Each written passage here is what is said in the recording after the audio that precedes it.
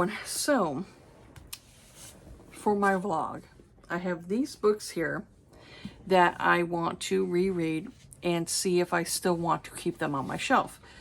Because I'm really trying to, this year, lighten the amount of books that I have. Like, especially, I told my husband, I really want to get all of my, I have a bunch of physical copies of books in my closet. I really want to get them out of my closet. So if I lighten up my load enough, then I can get them on my closet. And then it gives me more room for other things that I want to have in my closet, or, you know, like put away. Like, my children's closet is a disaster. It's a disaster. I'm thinking if I can kind of like lighten my load a little bit in my closet, then I can go and transfer some of the stuff that the girls have in their room. And then I could transfer, like, I have Easter baskets and Halloween stuff. So I probably can go and just take that stuff that's in there and put it in my closet. That's what I'm thinking of. You know, like holiday stuff. So that way it kind of gives them a little bit more room in their closet. And I can organize the stuff a little bit better in mine. So that's mainly what I'm trying to do, is lighten my load that I have in my closet by reading more of my physical copies and kind of like getting through them, and then deciding if I want to keep them or not, you know? So that's basically what I'm trying to do for this year, is do that. I just, you know, looking at my collection and realizing that there's a lot of books, a lot of physical books that I haven't read yet. And I'm like, I can be a book collector all I want, but I need to have most of my books be books that I've already read. I've already have enjoyment in them. I want to reread them again because I still find enjoyment in them. So this is why I'm trying to slowly get through either my physical copies and read them, or get through some of my books that I've kind of like shoved in the back, and, you know, do I still want to keep them? So this one here, I've had this book for a while, and I really enjoyed it. Like, I've reread it a few times, but I haven't reread it in a while. This came out in 2006. Now, this one here is a contemporary, taking place in like in the South, like Kentucky. And so we got the character of Jamie Lynn, and she is a hairdresser, like a small town hairdresser, and she's had a crush on, I think it might be her brother's best friend. I think so.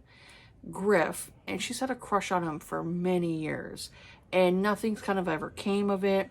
All of a sudden, this movie producer decides to come into the town.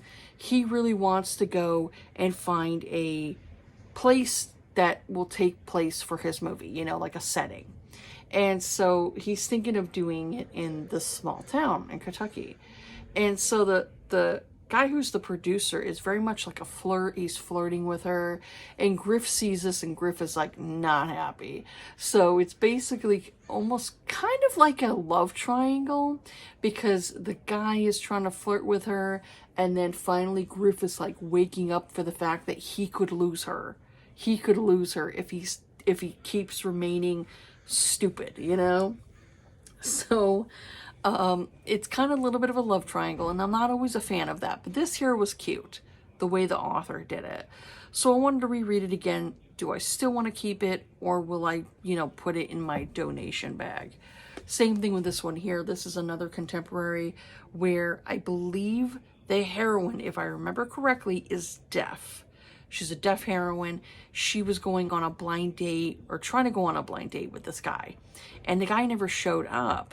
Instead, who shows up is this cop who's doing a sting operation, where she is actually the potential victim of this guy who's scamming women. And so he decides to talk to her. The cop comes in and he starts talking to her. And so they start like getting close to each other.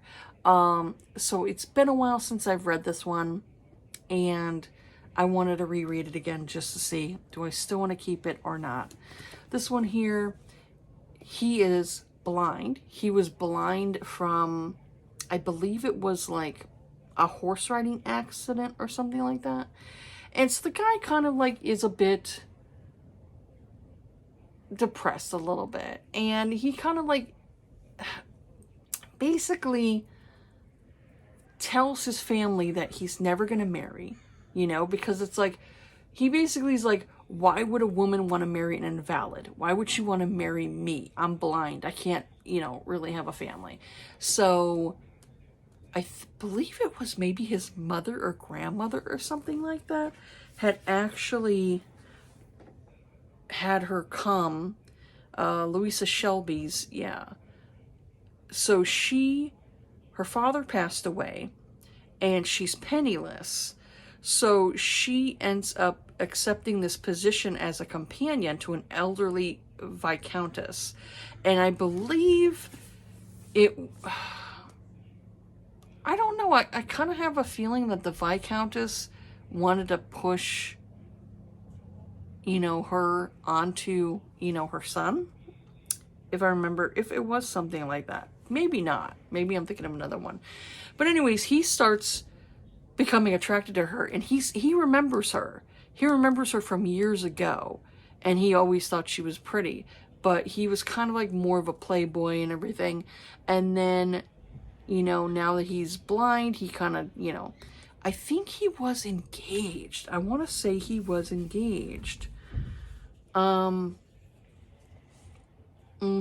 Yeah. Simon Wade was London's most eligible bachelor and most able seducer, but a tragic accident forced him into seclusion away from prying eyes and questions.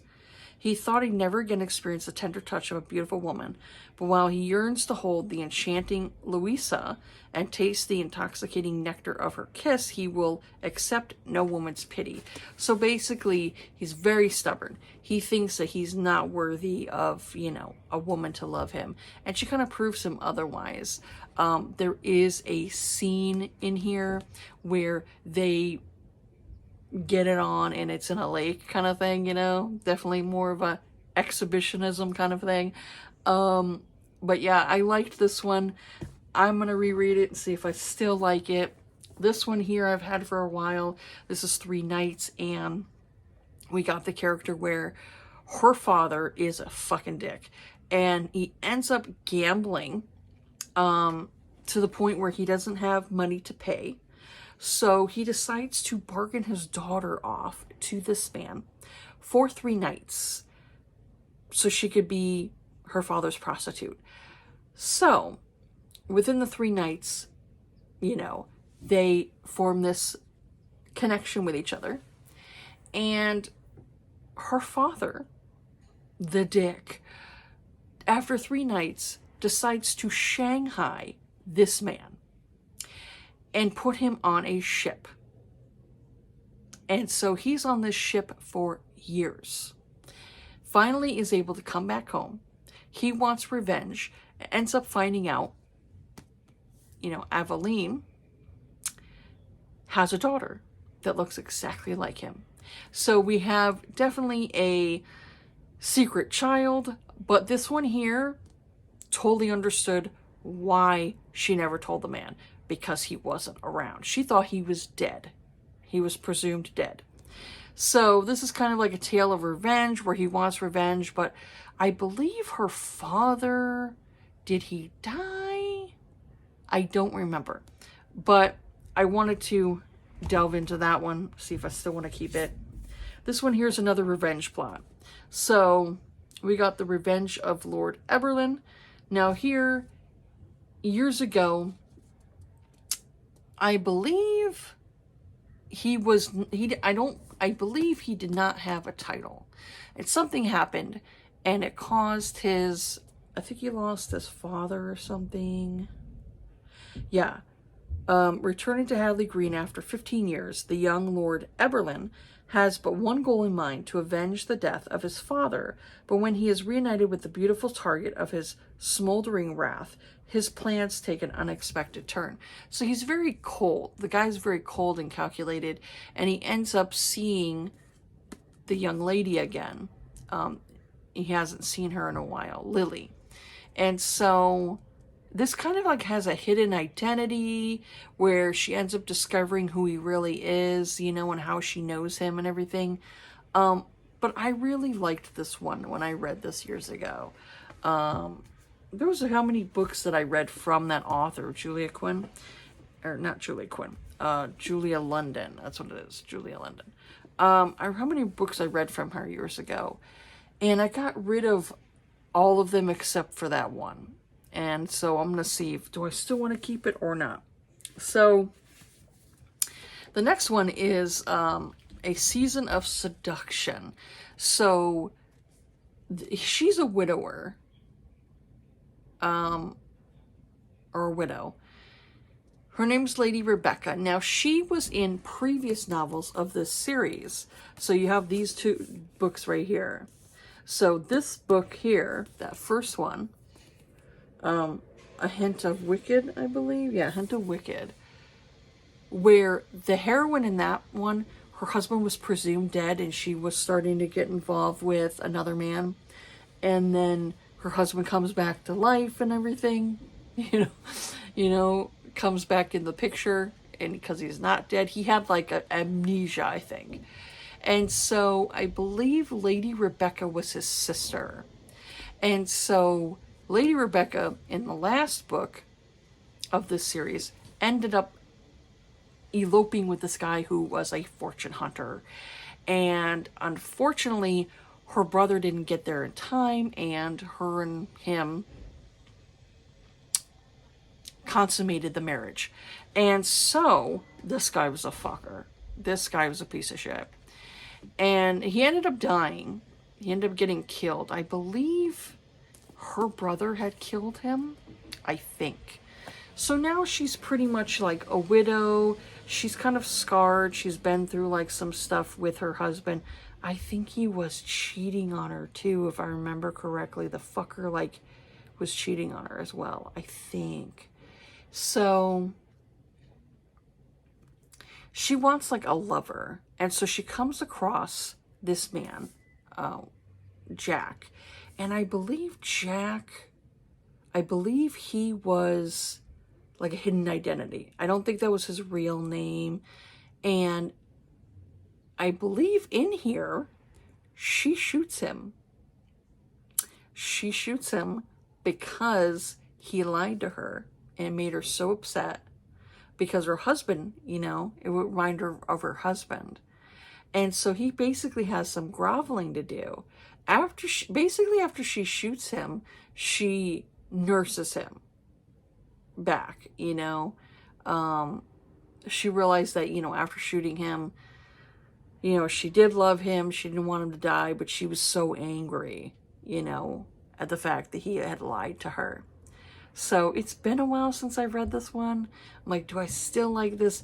I think that's one of the reasons why I did enjoy this book, because she, you know, basically like got that courage to like not be this victim anymore and be like a survivor and not put up with anybody's shit, you know? So yeah, I do want to get through that one this month. And then, so I want to get through this one here. It's been a while since I've read this one, for the fact that I don't even remember the story. That's how long it's been. So the guy is an earl. He's a rake. And so the woman, Sarah Carrington, she wants to basically be trapped with him because her brothers, I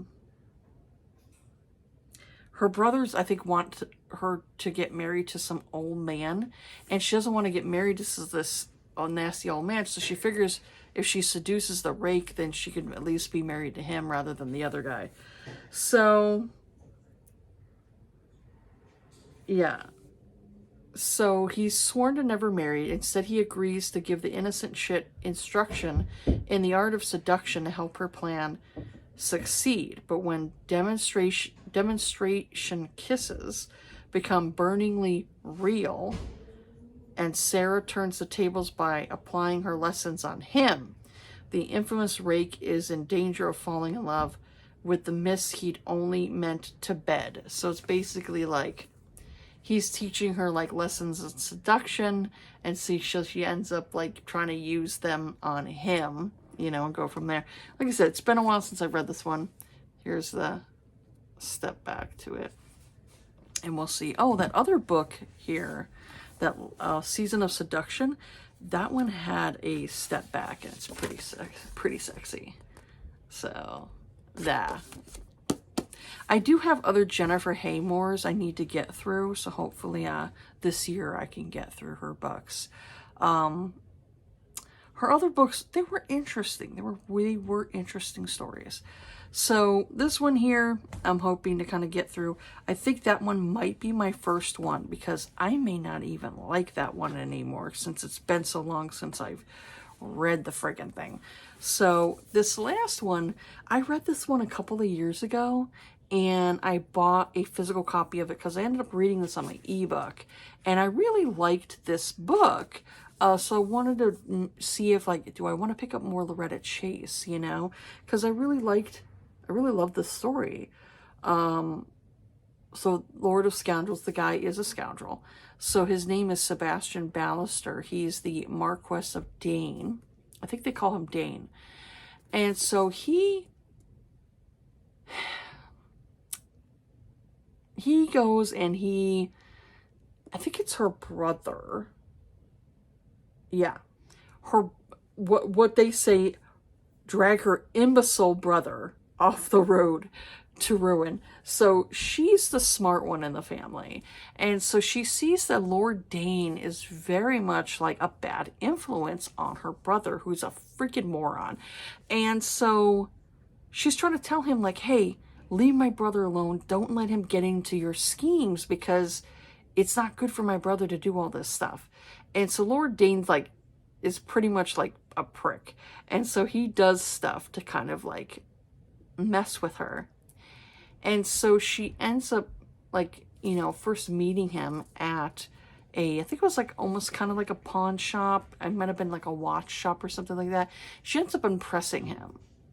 And to the point where they start getting involved. And I can't remember what happened in here, but I know she got so mad at him, she shot him. So I was like, you know, it's just funny that I have like 2 books here where the female, the heroine, shoots the hero. So yeah, it's been a while since I've read this one. You know, I think it's been a couple of years since I read it. And I wanted to reread it again, because if I still do like it, I will keep it and put it on my shelf, you know, but I wanted to put in little tabs, you know, right over here. So those are my plans for this vlog. I'm going to try not to let this be too long.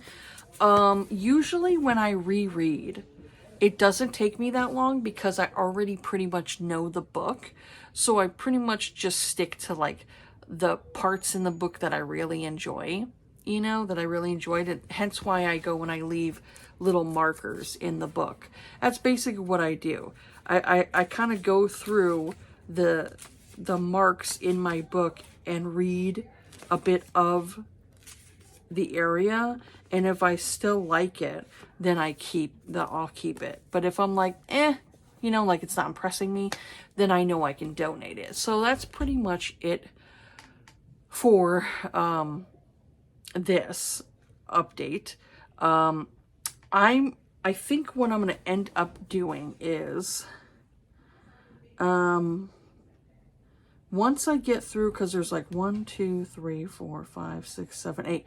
Okay, so I'd say what I could do is, when I get through 4 books, when I get through 4 of these books, I will update and say, like, I'm going to keep this one.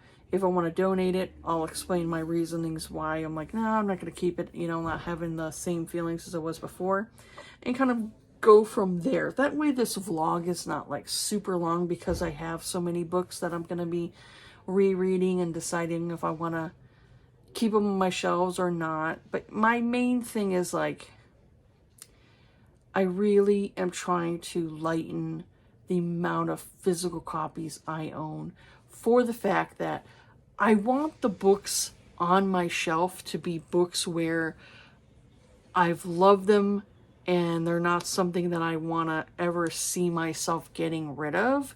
So this is why I'm trying to go through the books that I've had for many years and decide, do I still want to keep this book?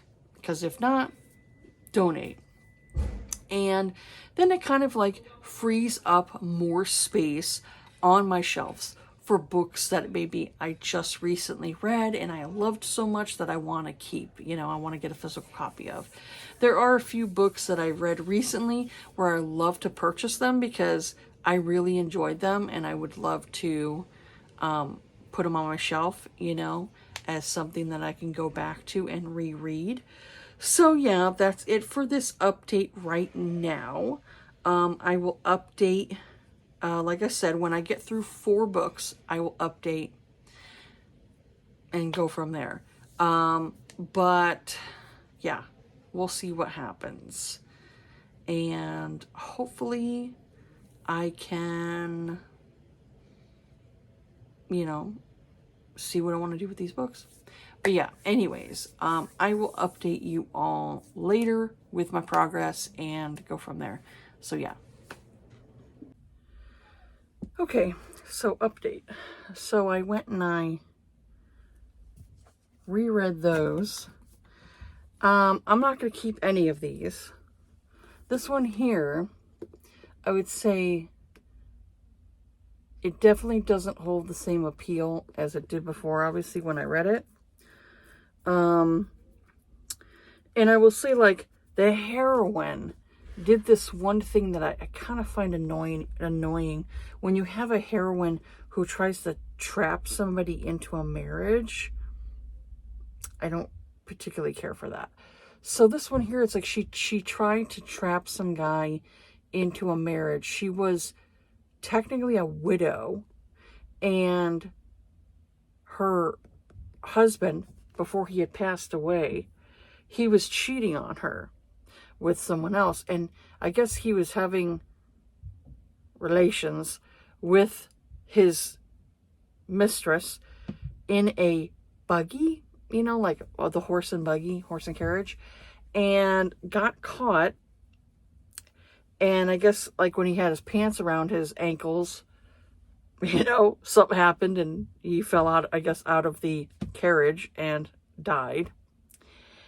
And so she's trying to obviously trap some guy into a marriage, and the guy here, was it the Earl? The Earl kind of catches her doing it. And so they kind of like come up with this kind of bargain. And so I didn't really get too far into it, and I was like, I don't want to keep this, you know. I just kind of like lost interest and just didn't want to keep it. This one here, I ended up reading the whole thing, and I still like it. I still like the book, but I'm like, not enough to where I'm like, I want to keep it anymore. And I will say, like, when I reread this one, you have the character of Jamie Lee, who is the hairdresser, and she almost kind of starts to date the guy in here, Parker, because the guy shows up and he wants to film this movie. So her and Jamie Lee and Parker almost kind of start to date a little bit. They almost have relations. And the only reason why they didn't go anywhere with it is because he didn't have a condom at the time. And then the guy she's had a crush on for years, Griff, starts to notice, like, you know, and get jealous.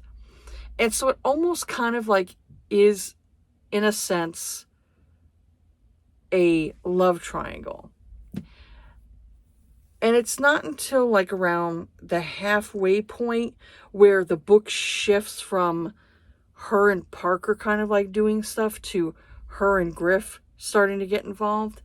And I'd say Griff frustrated me. The more I reread this book, the more I'd say, because I've reread this book like a few times, and the more I've reread it, I'm like, Griff annoyed me because he had that attitude of like, I'm not good enough for you. And I'm like, dude, come on. You know, I hate that, like, I'm not good enough for you. She is a hairdresser, dude. She's a hairdresser. She lives in the South. You know, she likes her country life. She's not looking for sparkly and glamour and all this other stuff, you know? So I'm like, how did you think that she wanted, like, this glorious lifestyle? I just didn't understand that with him. He kind of frustrated me. And so it wasn't until, like, obviously the very end where they, you know, get together and everything. But it's still, like I said, still enjoyable, but not enough to where I'm like, oh, I want to keep it. So, yeah, I'm okay with, like, donating that one. The next one, it kind of bored me, and it didn't hold my interest anymore that it used to. Like I said, this one here had it to where he was a police officer. He was investigating, like, this guy who was taking advantage of women, like, you know, like, basically stealing their money and things like that. And she had some money, you know, like, she had wealth. She was deaf. And the thing that kind of, like, is that she's obviously mostly deaf. She may hear, like, certain sounds and stuff like that, 'cause she has, like, these hearing aids. And she obviously hears a little bit, but not enough to where, you know, it's obviously she's legally deaf. But the thing that kind of, like, irritated me is that she had, like, her voice, which doesn't really happen that often. But people who are mostly deaf don't have clear speech. You know, like, they don't have clear speech. Their speech is going to be slightly altered because they can't hear their tone of how they speak. You know, they can go and feel themselves talking, obviously. You know, when you go and talk, you could feel in your throat, you know. So, I mean, obviously there's ways of, like, they can work on their speech, but like I said, their tone is not going to be as well if they're mostly deaf. So I kind of felt like that was a bit not accurate. But, you know, I could be wrong. But I will say, like, I did date somebody years ago who was mostly deaf. He wore hearing aids, and his speech was not, you know, 100% within the tone, you know, within how I speak. So, so I do have some experience with somebody who was mostly deaf, and different things that, how he would say things, you know? So, like I said, I kind of felt like this one here, the more I reread it, and I was like, you know, it just doesn't seem a bit accurate when it comes to, like, somebody who's mostly deaf. So I was like, nah, I'm okay with giving that one up, you know? And then this last one here, I started to get into it, or to reread it, and I'm like, you know what? This one here is just not, like, holding my interest anymore. So I was like, nah, I'm okay. I'm okay with, like, you know, giving this one up. So basically, he knew her when she was younger, and she ended up, like, seeing something. She saw this, like, incident that went down, and she said she saw the young guy's father.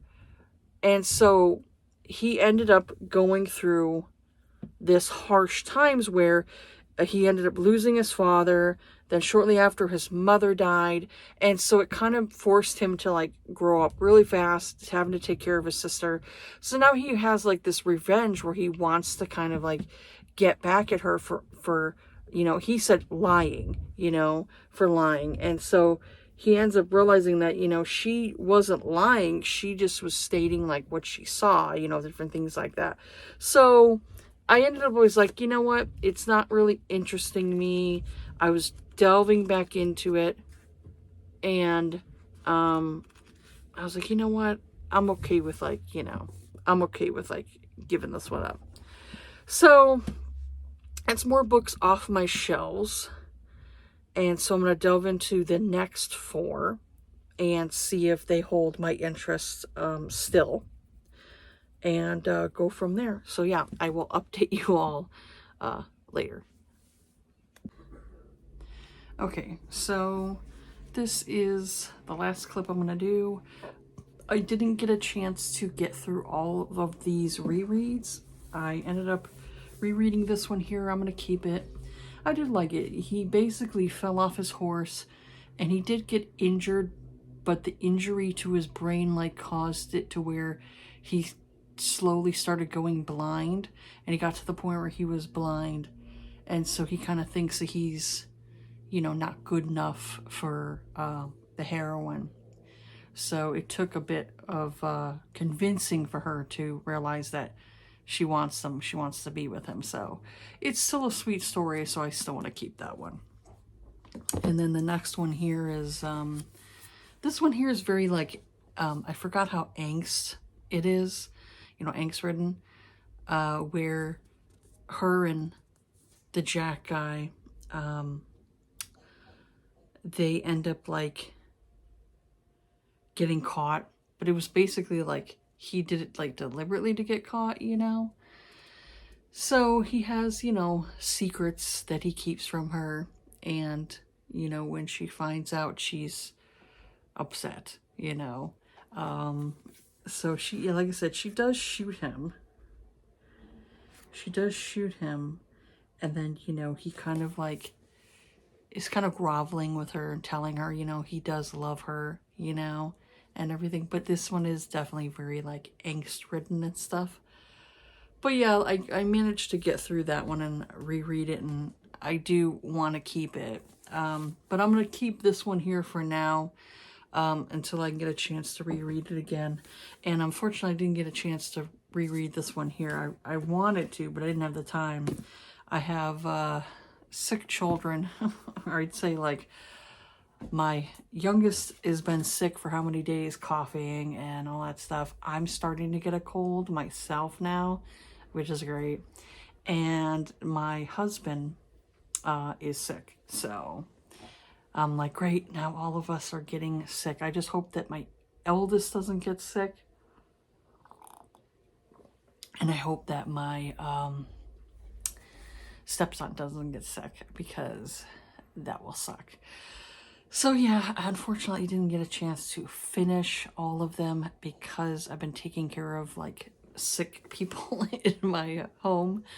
So I didn't get a chance to like finish as much as I wanted to. So, but yeah, next month I'm going to,